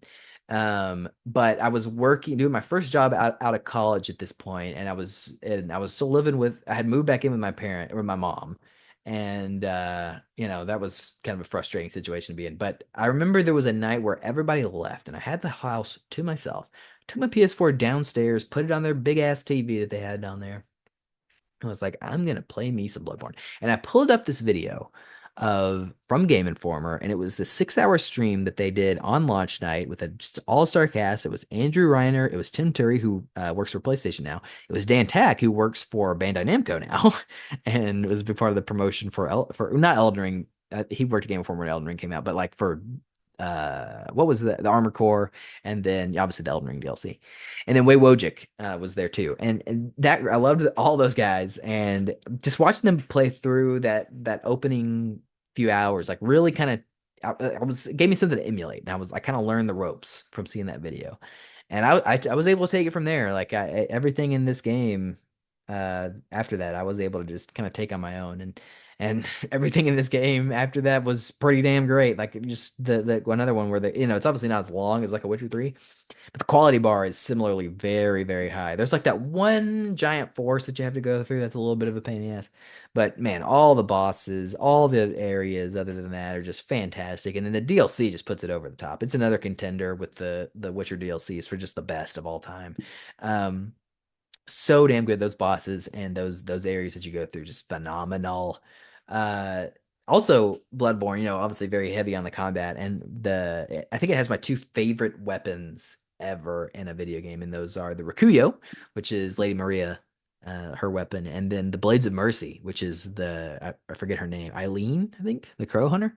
Those are her like little dagger things. Both of them I just thought were so damn cool, and I've used them both extensively. So Bloodborne, it's got style, it's got substance, it's got an amazing trophy list. One of my favorite platinum trophy experiences. It is just damn near perfection. Moving on now to number 4. Oh boy, here we go. The Last of Us Part 2. Now, I don't think there is probably a more unfairly maligned game that's ever been released, but I do get it. I mean, it full stop, the boldest storytelling I've ever seen in a video game. It challenged me as a player, not just in terms of the gameplay, which it does that as well, no question.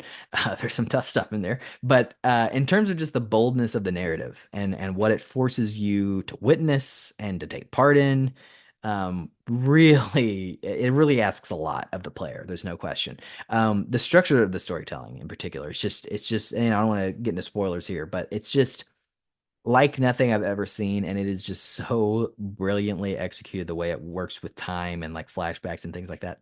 Just unbelievable how they pulled it all off. It really does feel like a game that is the singular vision of one guy or a very small team that was able to execute, and it's just brilliantly done. And then holding it all together, all the story stuff and the characters together, is that gameplay loop, which I think, it's the same brilliant loop of the first, right? Where it's the thing I mentioned earlier, where it's like managing the resources, you don't want to expend too much. But then the combat mechanics themselves are just exponentially improved, and it's just really great. You got the being able to the dodge is huge. Being able to go prone and like hide in the grass and go under things. You can jump up on things. There's more verticality to the levels. The ability to craft more things, the crafting silencers in particular, that was a game changer for me in terms of being able to utilize stealth more effectively. You have a lot more variety with the weapons themselves. You have bomb arrows, which are awesome. It like reminds me of Twilight Princess, which also has bomb arrows, but obviously a lot more violent. All that stuff is just so damn good. It's just really just phenomenal. I'm really looking forward as well to playing this game, and I'm planning on playing through it again before the end of the year with the remastered version that came out.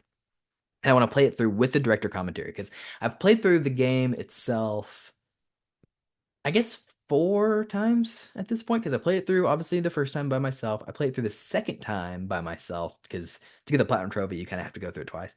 Then I played through it with my wife, and then I played through it with Brett, because he had played through the first one. He was very stressed out by it. And he was like, I think I'd rather just watch you do the second one, and so that's what we did.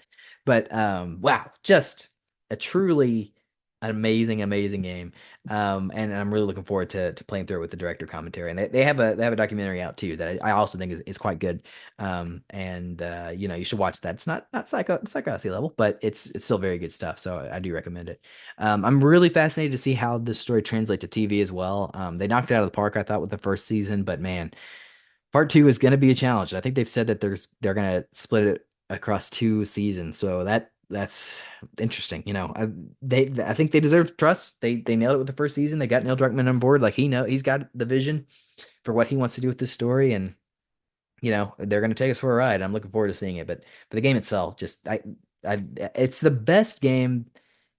Maybe, really, maybe I guess looking at the rest of my list, the best Western game. I think my number one Western game and the number one game in that style with the third person action game and stealth and all that stuff. I just think it is the best in all of those categories. Moving on now to number three. We got another Final Fantasy here. This is Final Fantasy IX. This is what I look at as the love letter Final Fantasy, and in more ways than one, actually, if you think about the story. But in many ways, this is the series at its peak. It's definitely the best cast. I don't think there's any question in my mind that this is the best group. It's a lot smaller than Final Fantasy VI's, which I think probably is the second best cast. But just the quality bar is even higher. Like they're just out of the charts. Like even the joke character Quina is just I think so entertaining. I also think that this has some of the best moments. I think specifically the best introduction to a Final Fantasy game and the best ending to a Final Fantasy game that we've ever seen. The level of the writing here just throughout is just off the charts. I feel like it's the first Final Fantasy game that didn't have kind of the weird translation going from Japanese to English. It really didn't have it was the first one that they really did it very well, I thought, they didn't have like kind of the weird little hiccups there. And particularly with like the humor, this they just really hit it out of the park on that. But the heartfelt stuff I think really lands too, which of course is it's important to have both. But this game just really nails it. The active time, I can't remember. I always want to say active time battle, and I think because it is called ATB, which is odd now because that's also the combat system for the remake series, but seven remake series. But it's like basically scenes. So like it's like what you would get from a show or a book, right? Where you'll be doing one thing and then like this thing will pop up and then you'll see a scene with a character in another area and another here, and like it's like playing with perspectives, right? And they're not very long scenes, but they're responsible for I think the best moment to moment storytelling that we've ever had in Final Fantasy. I have absolutely devoured this game. The last time I played, I haven't played it as much as a lot of the other games and particularly Final Fantasy games on this list that we've heard from so far. I think it's just three or four playthroughs, I think, is what I've done. Probably just three. The first one, I think I lean, they've all been on the PS4. I think I leaned a little bit too heavy on the cheats that you can do, and it's a slippery slope, I gotta say, with that on the first one, the first playthrough. But the second time, I really didn't utilize those at all, and I just did everything that you can do in that game. I did all the extra stuff. I did all the side quests, like with the chocobos and all that. I did 100 games of Tetramaster for the trophy, and I loved it. Tetramaster is better than Triple Triad. I will die on that hill. But all that said, I will never get the platinum because I gotta say I do draw the line at that jump rope trophy. My brother's done it and he still doesn't have the platinum because he hasn't done the kill 10,000 enemies. But yeah, I've drawn the line there. I just don't think that that's something that I'm ever gonna do. But everything else, I just loved it so much. Final Fantasy IX, it is a really special game and one that, again, like anybody that loves JRPGs, like you gotta play it. And now, number two, Kingdom Hearts 1. So this is interesting now because yeah, I feel like it's been a recurring theme on this list where all these games that I played, not all of them, but a lot of the games that I played, it's like years after the fact, or it's a game that I played when I was older, and it's something that I kind of came to later. Not Kingdom Hearts, man. It was I remember seeing the ads for this on TV, going from the PlayStation 1 to the PlayStation 2. It was a pretty early PS2 game. Could not believe how awesome it looked. At that time, I was really into the Disney stuff. That's what appealed to me the most. And it makes sense because I was a huge Disney fan growing up, like before I got into games, and I didn't get my first PlayStation until my seventh birthday. So before that, before I was playing a lot of games, it was all Disney movies, man. We watched those things on repeat. And it was a good time to do it because like I grew up in the 90s. Disney was firing on all cylinders in that time, and I watched the hell out of a lot of those. And those are a lot of those are the movies that they used in Kingdom Hearts. I remember Tarzan in particular. I was just so excited to see that was in the game, and that was what really made me want the most. Of course, later on, it was after I became obviously a huge Final Fantasy fan. In case you can't tell from this list, that is my favorite series. So I was able to appreciate how unbelievable it is they mix that in with all the Disney stuff. But now I think I can understand that really the game's greatest strength is it's just its original tale. It's the original characters that they came up with, and the intermingling that they do with all that stuff, all those other sort of side stuff with the Disney and the Final Fantasy. Um, obviously the series gets a lot of flack, and it's understandable flack, frankly, for being incomprehensible. And it makes sense because I mean they're just like bouncing around all these different systems, and it like they have like the numbered games, but then really all the stuff outside the numbered games is also like really important, and really they should be numbered. And so people skip stuff, and then they're missing important context, and they even release them out of order. It's a complete mess. There's no question about that. But Kingdom Hearts 1 is actually pretty simple and understandable, especially compared to where the series went from here. It's a young boy that's will do anything to find the girl he loves. That's it. It really is that simple. But then you throw in a best friend that's corrupted by the dark side. You've got like a host of Disney storylines operating independently. You got Final Fantasy mixed into the package. I mean, you just get something, all these elements put together, you just get something that's truly unique and remarkable. And I got to shout out to Traverse Town, which is I think my favorite setting in any video game. You go to it early in the game, and it's just this original creation that mixes elements of both Final Fantasy, like you got a lot of Final Fantasy character there, like Squall and Aerith and Yuffie, which was my introduction to like all these characters, by the way. I'd never played a Final Fantasy game at that point. And then you've got like the Dalmatian house at the back, and some of the storefronts are very Disney style, and references to Disney films and stuff like that. So it just all that put together is just and with the music, it's just amazing. I could soak in that atmosphere forever. If I could live anywhere in a video game, it would be Traverse Town. It's Kingdom Hearts is interesting. It's still a series that I haven't seen through to the end, and a lot of people prefer to, and I get that. It's a lot more of a high action game, but just for the simplicity of the storytelling and the more deliberate combat and the magic system and the summons and the platforming, all of that, and then of course just the storytelling. I just love the first game, man. It's my favorite, and I think it's really a special game, and it's just one of those things where it's one of those crazy concepts that it's kind of a miracle that it even happened, and the fact that we have it, and the fact that I actually played it when it came out, and it's just been a big part of my life since 2002, really. I mean, it's for all those reasons and more, Kingdom Hearts number 2 on this list. And so that takes us to the top. Here we are, number 1. It's Final Fantasy again, and it is Final Fantasy VII, the original. Now, they say that your first Final Fantasy game is your favorite, and I gotta say, I am guilty as charged on that. But at the same time, I didn't play this game through until 2017, and so I think I can kind of speak without a lot of nostalgia that with the series and with this game and with just in terms of just games that I played up to that point, that Final Fantasy VII it holds up. This is my number one. I can't forget the first time starting it up. I remember I was in college for sure, and I bought it.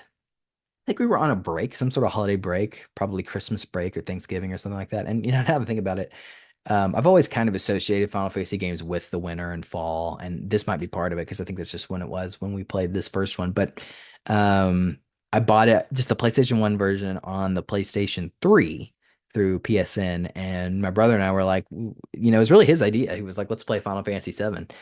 And because we both heard that it was a masterpiece and all that, and I was like, "Sure, let's do it." And we started it, and we didn't know what we were in for, man. It was so awesome. We could not believe how cool it was. Just like the quality bar of the writing, of the storytelling, of the music, obviously with Nobuo Uematsu. And just like the way that game starts off, just like so balls to the wall immediately. We were just like, whoa, man, this is something. Um, and it was kind of funny too because we knew some of these characters from Kingdom Hearts, but we really had no idea. Like that doesn't count, for who these characters really are. Now, sadly, we didn't actually make it through the game on that first playthrough, and the reason for that was my PlayStation 3 actually had to be repaired. It got to like had this bug where it wouldn't turn on anymore, and actually sent it in. I boxed it up, sent it in to Sony, and they did repair it. I mean, I had to pay some money. It wasn't a free repair, but they repaired it. But it came back and it was like factory reset, obviously, and so I lost my save data. So where we finally got through it, where I finally got through it, Brandon played through it actually before me, but where I finally got through it was right after graduating college, and man, obviously it just blew me away the deeper I got into it. There's like significant moments that stick out to me, and one of the big turning points for me in that game was the Red 13 stuff in Cosmo Canyon. I was so hook, line, and sinker for that stuff. I was like, Red 13 is amazing. He is in the party forever. And my brother was surprised by that, but because obviously none of it was new to him at that point. But yeah, I was just blown away by the storytelling. Um, I think there's a case we made that some of the other Final Fantasy games I've discussed here today have better overall casts. But at the same time, I don't think any of them have the peaks of Final Fantasy VII. Like that central three of Cloud, Aerith, and Sephiroth. I don't really think any game really has beaten that. I think it's the best protagonist in Final Fantasy game. I think it's the best love interest in a game. It's certainly my favorite villain in a game, maybe ever, like in any media. Um, I mentioned that the translation in 9 was like really phenomenal, and 7, like it definitely had some rough spots by comparison, but I still think the writing, it shined. Like it was still able to shine through, and particularly from Aerith, who I just fell for right away, even though I was a grown man and she was made of like 7 triangles. Like just the quality of the writing, it was just so good that I couldn't help but just be hook, line, and sinker right into that character. Um, I don't think any Final Fantasy after 7 really nails the sense of scale and place that 7 does. I think a lot of that may be down to the beginning of the game where you're in Midgar and you spend like 6, 7 hours in there, and then before being like unleashed into the open world, and it's like, whoa, like, and then again, like, even though I played it so long after the fact, I had no idea that there was going to be a game beyond Midgar, and then I never played a Final Fantasy game. I didn't have anything to compare it to. I didn't know there was going to be an open world, and so when that opened up, and I was like, "Oh my gosh, that's what we were in. That everything we've done was just in that little spot, and now we've got all this to explore." So crazy, and I think a lot of people had that same experience back in the '90s. And the other settings too, like the outside of Midgard, you obviously no other place that you go to in that game is as intricately designed, but they're all really memorable and iconic, I feel, even today. Um, and the slow burn rollout of Sephiroth, and as the villain, I think it's just unmatched in any other game. Like the only other ones that I would put in that tier are like Red Dead 2 with Dutch, and then the villain that is revealed in Heavy Rain. But Sephiroth, I think, even above those, is just number one for me. It's never been recaptured, certainly again in another Final Fantasy game. I would say Arden in 15, who I didn't really talk about and give credit in whenever I was talking about 15 earlier, but I think he's probably my second place. But yeah, Sephiroth for me is just he's tops forever. It's a huge piece of why the game works so well for me. And obviously like it kind of culminates in Aerith's death, but I didn't know that. I did know that was going. Sorry, I misspoke there. I absolutely knew that she was done, because it's just one of those things where it's just you can't not know. You know what I mean? It's just like unmissable. I remember the way that I had it spoiled for me was like years prior. I was watching a YouTube video of like the saddest moments, which is a huge mistake. Don't ever do that. But the the right there the guy behind the video thought that moment, he didn't care about that moment, and so as a joke, every single transition, like number 14, number 13, whatever, was just Aerith getting skewered by someone. It's a horrible way to have that spoiled, but the fact that the story still worked for me so well, even having with that knowledge spoiled for me that bad, it really is a testament to what they had going on there. And I think the fact that the game holds up as well as it does, despite, I mean, it's a hideous game, really, quite frankly, like in terms of the visuals of it. Like I'll argue the FMV still holds up pretty well, but the just like the moment to moment gameplay, it's just so ugly, even compared to, obviously, like look back at like the old Final Fantasies, especially with the pixel remasters, and they just look beautiful, like they're just works of art. But then you get to 7, and it's just a mess with those triangles and those pixels. But I think that's a testament to the storytelling and the writing and the setting and the world building and the atmosphere and the battle mechanics and the materia system. It all just comes together in this one like harmonious, tight package that no number of remakes is ever going to be able to top that, I got to say. Um, Now, I don't want to sit here and say that no other game is ever going to surpass Final Fantasy VII at the top of my list. A lot of people do that. They're like, "Oh, this is my number one. Nothing's ever going to beat it." And it might never happen. It would take a hell of an experience to knock it off. But at the end of the day, I kind of hope it does, because that means that I would have to experience something that I loved as much as Final Fantasy VII, and that is significant for sure. So there you have it. My top 25. That is the show for this week. Thanks for listening. I've wanted to do a deep dive on my top 25 for a long time, so it's great to have it here in one place. I do want to continue the series with other guests I'm going to be having on the show. That's going to include my wife Reagan, my cousin Brett, my brother Brandon, obviously Tree Trunk Sean, and anyone else who's a fan of games that wants to come on. But until then, please write in. Give me your thoughts on my list. Give me your thoughts on your favorite games. Controlled Burns with an ES. BURNES, ControlledBurnes at gmail.com. And we'll be discussing here every week the list or lists like these or anything going on in the world of video games, music, TV and film, current events, whatever you want to discuss. Nothing's off the table. So yeah, give me a ring and we'll talk about it. Thanks for listening again and we'll catch up next week. Thanks.